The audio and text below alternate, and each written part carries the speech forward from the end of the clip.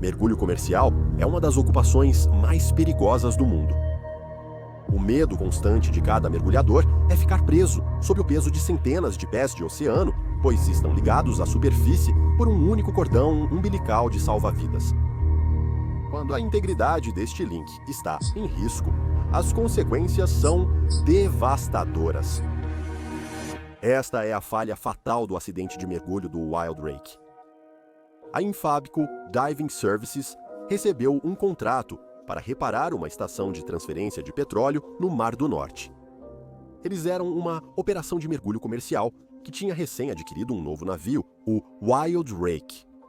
Os detalhes finais da fabricação ainda estavam sendo vistos, então eles estariam apressando este navio para iniciar seu contrato de reparo imediatamente. Neste plano, a Infabco reinstalaria um riser e uma boia em uma estação de enchimento para uma plataforma no campo de petróleo Thistle. A estação de enchimento, conhecida como ancoragem de perna única ou single point mooring, permitia que os petroleiros se aproximassem a uma distância segura da plataforma para encher. Durante os primeiros mergulhos, eles enfrentaram diversos problemas inesperados com o novo sistema de mergulho de saturação. O sistema tinha um sino de mergulho para levar os mergulhadores às profundidades necessárias para soldar, montar e reparar as partes do salmo. O sino seria pressurizado para igualar a pressão externa, permitindo que os mergulhadores trabalhassem e descansassem em turnos no fundo do mar. O Wild Rake possuía um sistema de mergulho de saturação. Isso permitia que os mergulhadores, trabalhando a centenas de metros abaixo da superfície, permanecessem sob pressão no navio, evitando o longo cronograma de descompressão. No mergulho recreativo, um mergulhador pode passar 10 minutos em maior profundidade e depois fazer uma subida lenta, com paradas em diferentes profundidades para permitir que o gás na corrente sanguínea saia lentamente, evitando a perigosa doença de descompressão. Se você retornar rapidamente de profundidades rasas, o gás sai abruptamente da corrente sanguínea, causando bolhas de ar dolorosas e debilitantes que, em casos extremos, podem ser fatais. Mergulhadores comerciais passam longos períodos em profundidades elevadas para realizar projetos, o que é problemático para empresas que fazem reparos ou instalações submarinas. O sistema de mergulho, por saturação, mantém os mergulhadores em uma pressão constante por longos períodos, garantindo sua segurança. Neste caso, os mergulhadores ficariam em saturação por 28 dias seguidos. Isso permitiria que eles trabalhassem em turnos para completar os reparos, evitando a lenta descompressão de 5 dias. No ancinho selvagem, o sino de mergulho estava ligado a 2 câmaras de vida. Isso permitiu que 6 mergulhadores estivessem em saturação ao mesmo tempo. 2 mergulhadores desceriam no sino para trabalhar, enquanto os outros 4 comeriam, dormiriam e descansariam. Os quartos eram apertados, mas a boa remuneração fazia os mergulhadores sacrificarem conforto e segurança para sustentar suas famílias. Havia uma equipe dedicada a monitorar a qualidade do ar, temperatura e pressão das câmaras de saturação e outra equipe dedicada ao sino. Os homens enfrentavam o mesmo perigo em um ambiente de alta pressão, mas aqueles no sino corriam riscos extras por estarem sozinhos a quase 500 pés abaixo da superfície. O Wild Rake estava trabalhando no projeto há quase um mês. Eles realizaram com êxito 29 mergulhos de sino, trabalhando em diferentes áreas da conexão e instalação. Os 6 homens em saturação no Wild Rake em agosto de 1979 haviam apenas começado sua programação de 28 dias. Richard Walker, Skip Goyel, Lacey Laron, Dave Mitchell, Roger Palmer e Dave Boyd estavam no 9º dia de saturação. Eles moveram a unidade de salmo concluída para a plataforma de cardo para anexá-la à base Salm. A equipe anterior compartilhou alguns problemas com a câmara e o sino novos ao sair da saturação.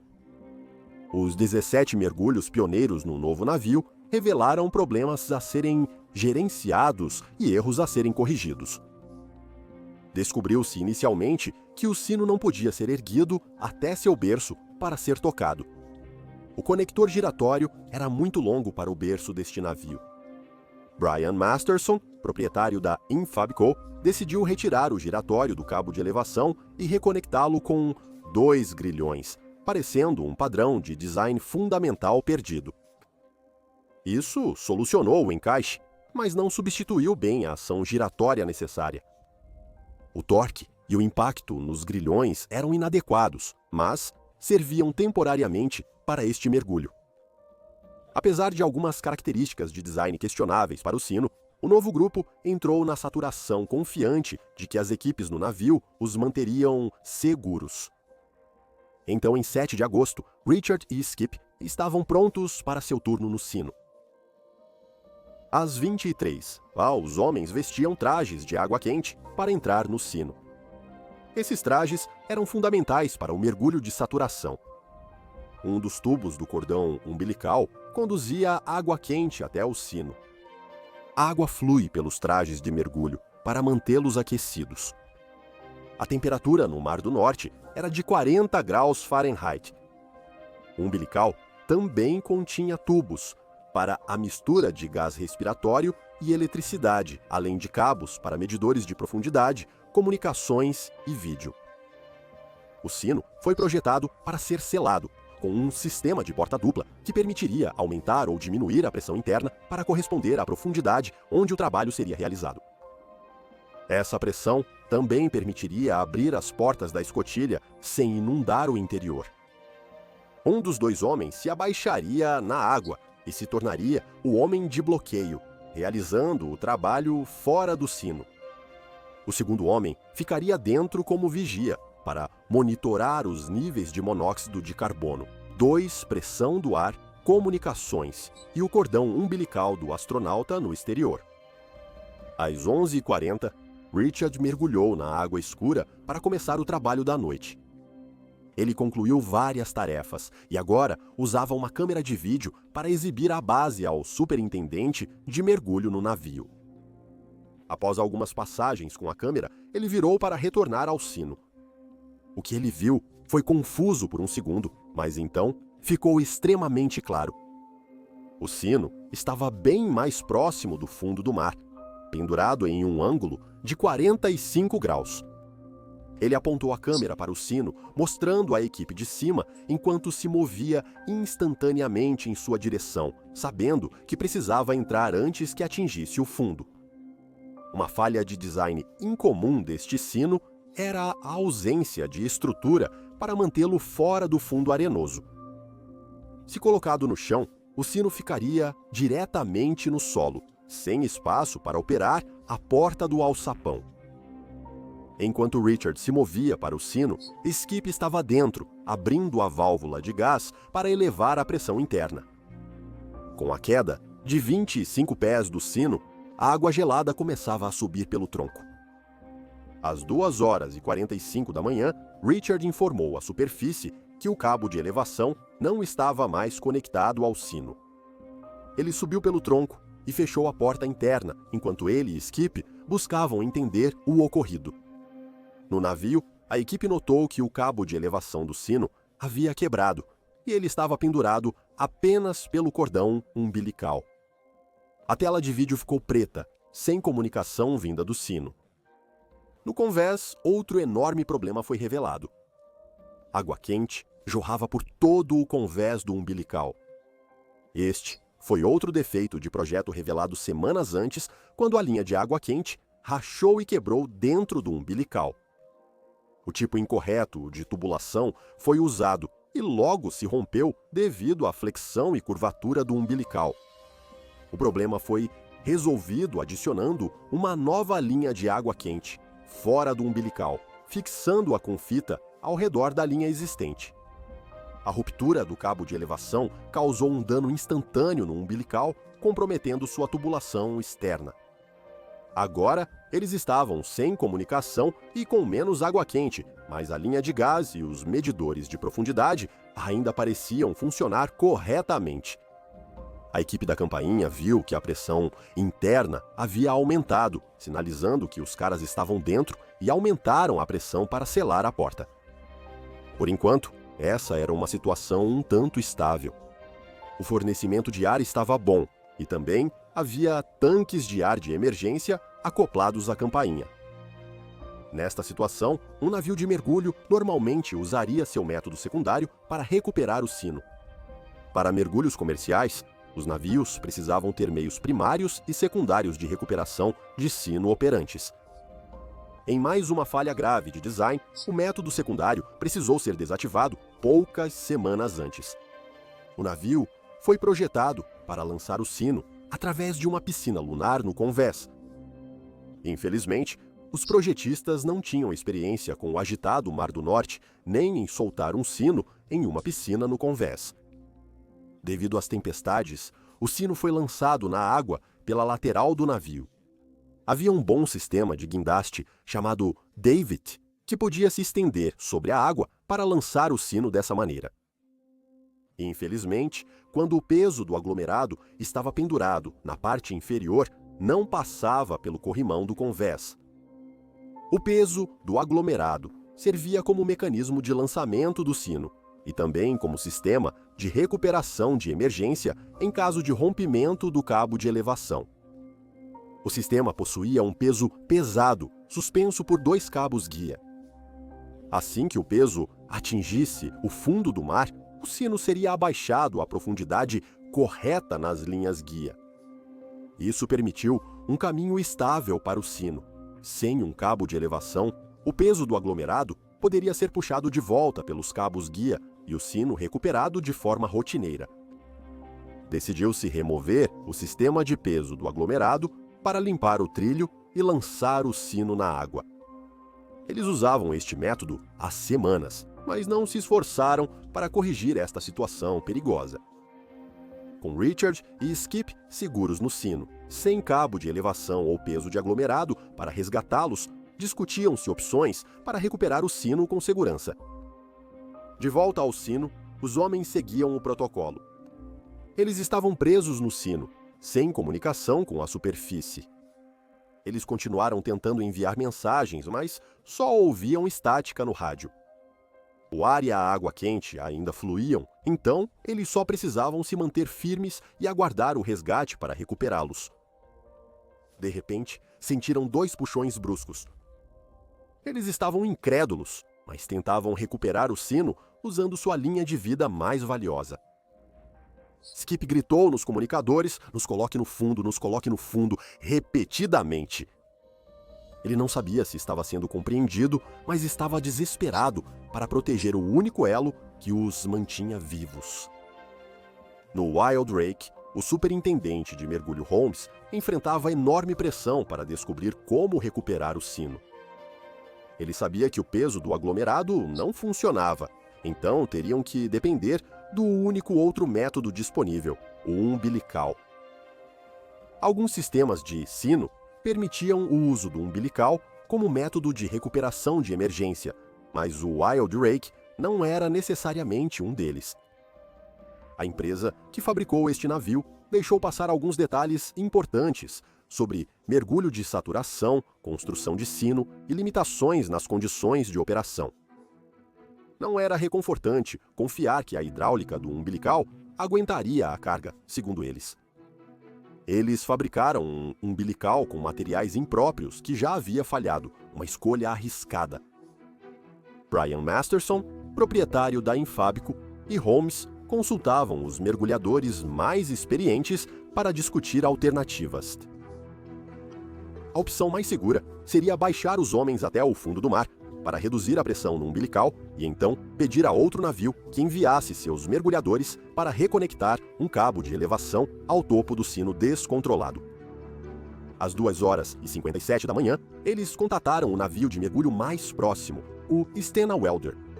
Eles apenas afirmaram que tinham um problema e para ficar de prontidão para uma possível assistência. No final, decidiram tentar o umbilical primeiro, mesmo tendo outra proposta viável. Enquanto isso, os homens no convés tentavam reparar a linha de água quente para reduzir a perda.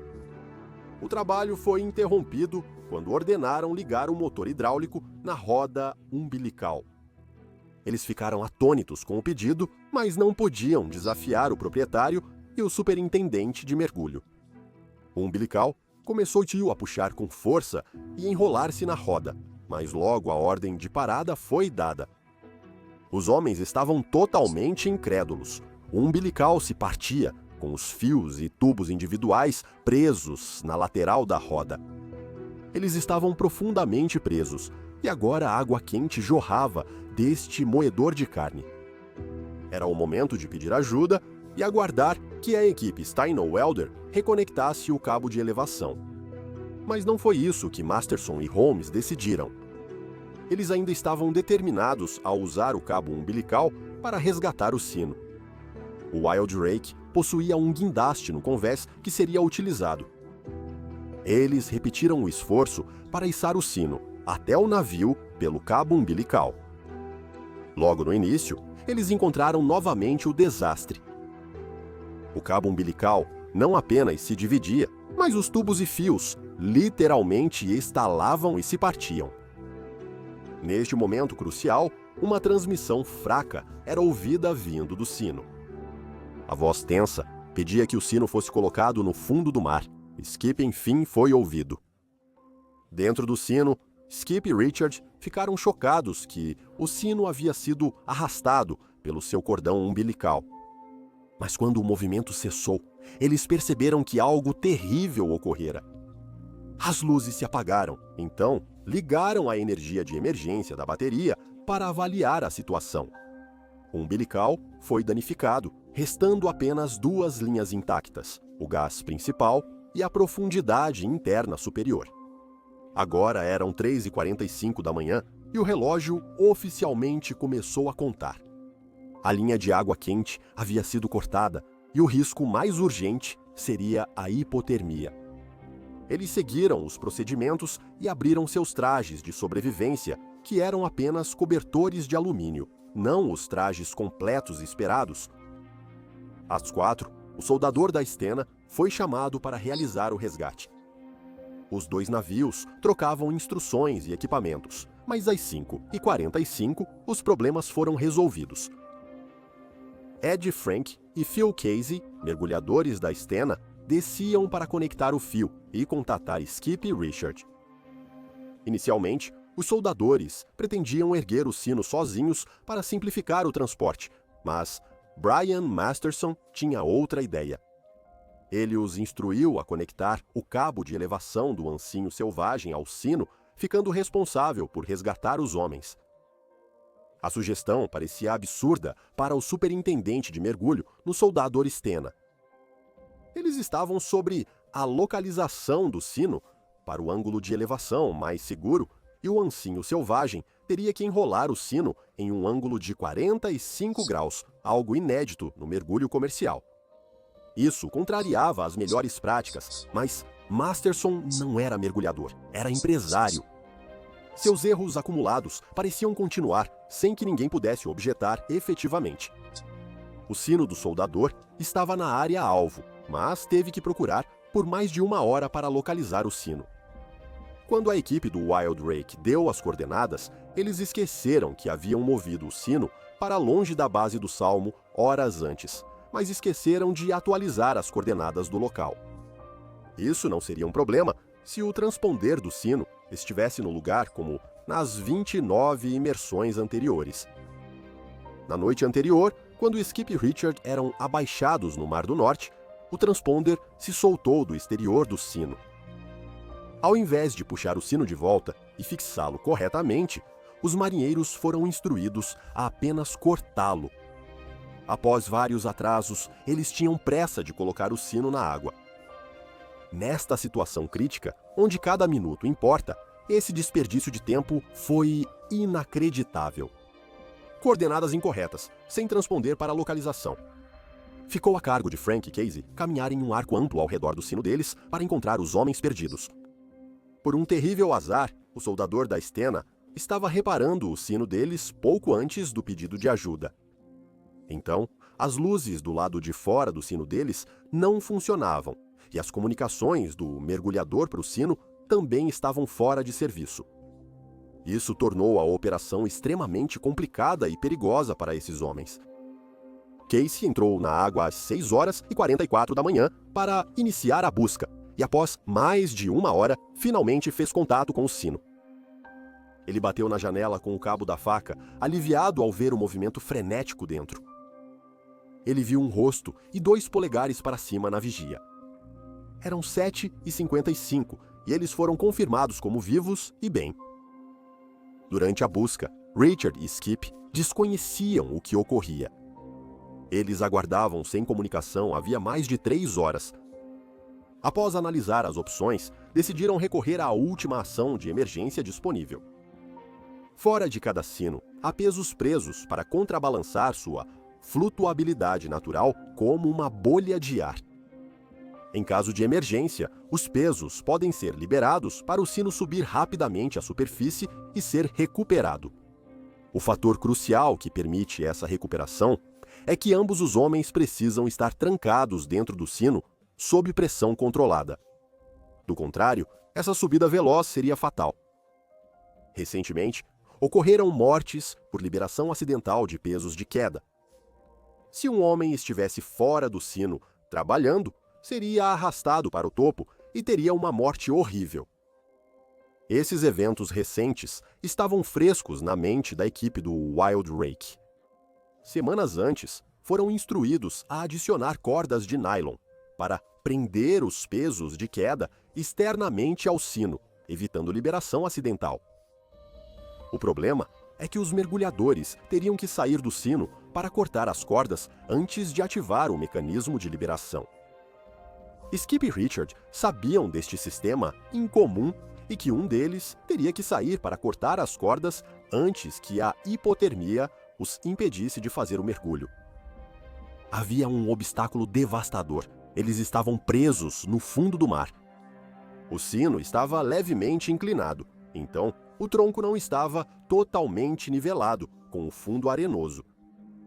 Richard contorceu seu corpo para alcançar a Bowers, a abertura com sua faca. Seu braço estava cortado pelo esforço contra as bordas de metal afiadas, mas ele libertou um dos pesos. O outro lado era impossível. Ele não alcançou as cordas para o segundo peso devido à inclinação do sino e às dobradiças na porta externa. Esta era a última opção sob seu controle e agora enfrentavam uma espera incerta pelo resgate. Os medidores de superfície registraram que o sino foi repressurizado e as liberações de peso de queda foram abertas entre 7,10 e 7,50. Eles acabaram de trancar a escotilha e recelar a porta quando Phil Casey bateu no vigia. Os homens devem ter sentido mais esperança de que foram encontrados e que o resgate estava próximo. Após 4 horas sem calor, a hipotermia começava a se manifestar. Eles se reuniram para tentar controlar o tremor e aguardar o resgate dos socorristas.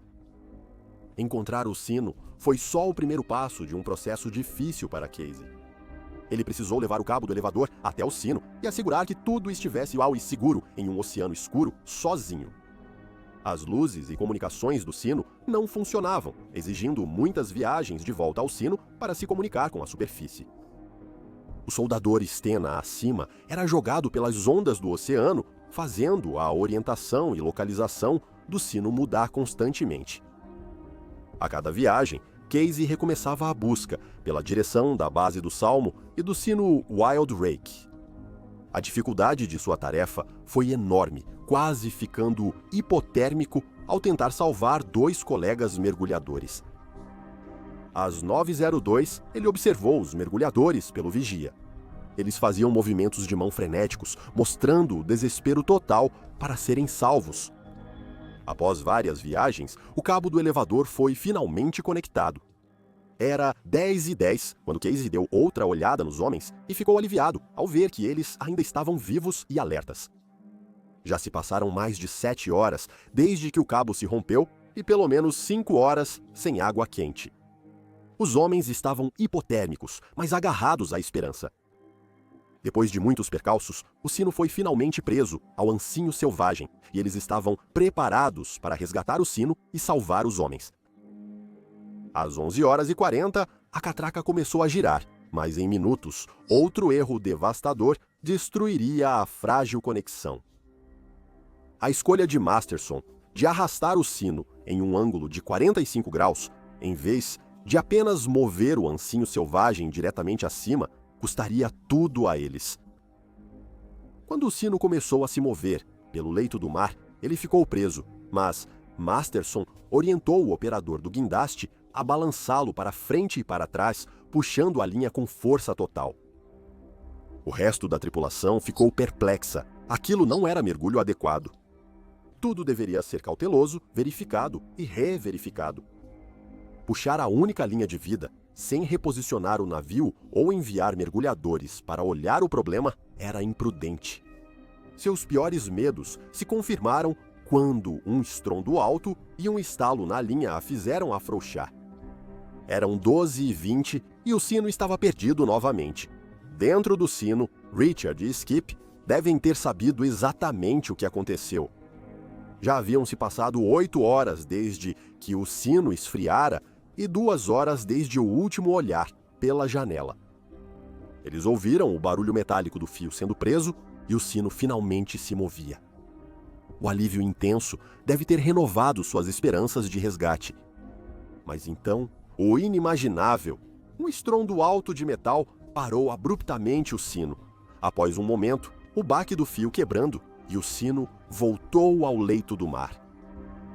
Richard e Skip estavam hipotérmicos, exaustos e próximos da morte. Cada respiração era um esforço para puxar o ar gélido para os pulmões. Os homens sabiam que havia levado horas de silêncio gélido, aguardando a primeira reconexão daquele fio. A terrível constatação de que talvez não sobrevivessem o bastante para tirar o sino da água era devastadora. Pediram novamente ao soldador da Stena para localizar o sino e verificar o que havia acontecido. Frank passou meia hora procurando e finalmente encontrou o sino do Wild Rake preso firmemente entre um cano e a base do salmo. A uma, ele bateu no vigia e viu o rosto branco de Richard reagir. Ele respirava com dificuldade e devagar abriu os olhos, vendo o rosto que o espiava. Skip estava enrolado em seu cobertor no chão do sino. Assim que Frank olhou, foi puxado de volta pelo cordão umbilical. O Stena Wilder lutava contra os mares agitados para se manter na posição. O sino movia e puxava os mergulhadores incontrolavelmente. Após 9 horas na água, os mergulhadores do Stena Wilder foram resgatados às 3 horas. Um mergulhador foi enviado para reconectar o cabo de elevação e resgatar os homens do Wild Rake. Às 5 horas, ele achou o sino e viu os homens desmaiados uns sobre os outros no chão. Skip e Richard estiveram sem água quente por mais de 13 horas. Só às 7h30, o sino foi recuperado e trazido a bordo do Wild Rake. Apesar de uma dúzia de esforços heróicos individuais, não foi possível salvar os homens. Eles sobreviveram sem água quente por no mínimo 9 horas. Foi uma façanha incrível da vontade humana de sobreviver. Nos anos seguintes, a comunidade profissional de mergulho questionou muitas escolhas imprudentes e impulsivas tomadas durante esse evento. Brian Masterson não deveria ter liderado o resgate. Muitos homens qualificados conheciam os perigos e tinham planos para recuperar um sino separado. Os erros dele, somados a outros, custaram a vida desses 2 homens. Para agravar, ele tentava substituir o umbilical para enviar os mergulhadores saturados e concluir o trabalho. Os 4 homens em saturação exigiram iniciar imediatamente a descompressão, um processo de 5 dias. Eventualmente, a empresa foi processada nos tribunais escoceses e americanos, mas conseguiu evitar quaisquer consequências reais dessas ações, alegando que não eram o verdadeiro empregador dos homens. Posteriormente, em um tribunal britânico, 12 pessoas foram processadas e acordaram com as famílias dos mergulhadores uma pequena compensação financeira.